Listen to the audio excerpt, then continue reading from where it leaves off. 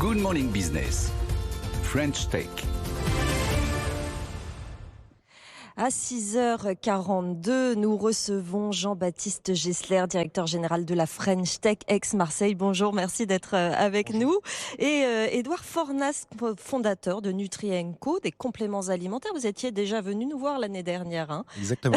Bienvenue Bonjour aussi sur ce plateau dans la CCI, ce palais de la Bourse de Marseille. Jean-Baptiste Gessler, je commence par vous. La French Tech à Marseille, ce sont 800 startups, c'est ça ? Oui, voilà, sur la métropole d'Aix-Marseille, c'est environ 800 entreprises. Après, les estimations varient selon ce qu'on compte dans les startups. Mais c'est un beau tissu d'entreprises avec quelques secteurs particulièrement forts. Lesquels, par exemple ? La santé. Ouais. L'agri-tech au sens large, donc ça va de l'agri-tech à l'énergie en passant par la chimie verte, Ouais. et tout ce qui est logistique, transport, mobilité, évidemment avec un hub logistique comme celui de Marseille, on comprend que c'est un des secteurs forts. C'est vrai que si on regarde le top 5 des levées de fonds, par exemple, il y a Volta Medical, quand même, Exactement. MedTech, vous le disiez, Ombrea, une agri-tech, agri-tech. effectivement, 10 millions aussi, Refim, Check, et Searoute, le transport maritime, on en parlera bien évidemment tout à l'heure. Alors, une illustration justement, alors je ne sais pas si on peut vous appeler biotech, nutritech, foodtech. En tout cas, vous allez nous dire Nutri & Co, vous êtes à Aix-en-Provence. Exactement. Et vous développez alors c'est pas beau en français, on dit pas ça, des compléments alimentaires. Qu'est-ce que vous faites exactement ? Alors en fait, Nutri & Co va développer des formules de compléments alimentaires et ensuite on va sous-traiter la fabrication chez des façonniers, récupérer les palettes et proposer ça à nos fans, dont je crois que vous faites partie, Christophe. Oui. C'est vrai, mais alors expliquez-nous justement effectivement pourquoi ce marché en France est assez peu développé par rapport par exemple au marché américain où les consommateurs achètent en permanence des compléments alimentaires. C'est peut-être qu'il y a un problème d'image, non, sur à quoi ça sert et sur l'efficacité des produits qu'on propose pour plein de pathologies dont vous pouvez nous parler d'ailleurs. Hein. Alors c'est vrai, en fait je pense qu'il y a déjà un problème culturel. C'est qu'en France, on a le système de santé le moins cher du monde et on a tendance naturellement à attendre de tomber malade avant d'appréhender sa santé. Aux États-Unis, c'est l'inverse. On a un système de santé qui coûte très cher. Donc plus de Et prévention. donc, exactement, les compléments alimentaires font partie, on va dire, des assurances santé.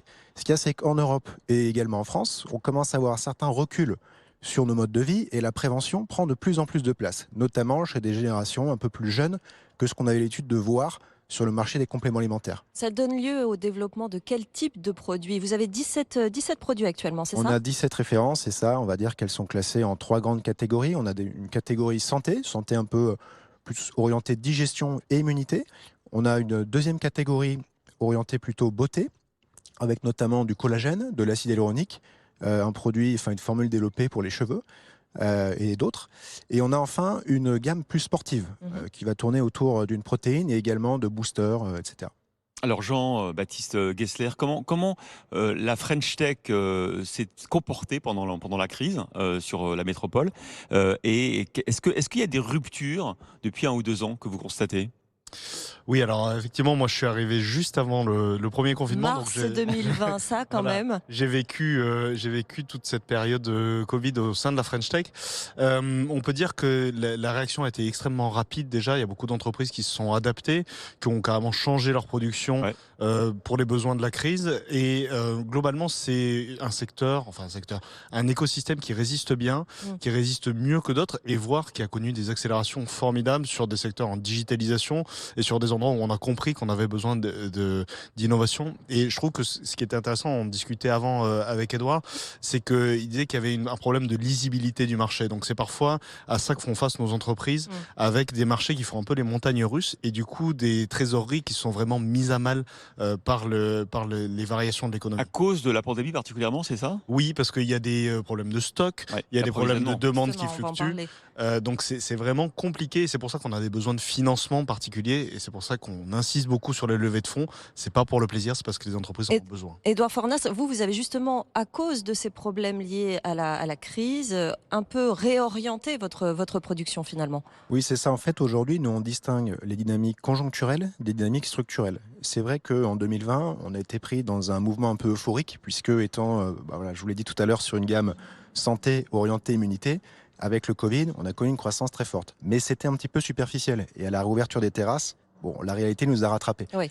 Et du coup, on a fait un petit peu plus attention et on a orienté nos gammes plus sur des dynamiques de croissance structurelle pour se protéger justement de ces aléas du Covid.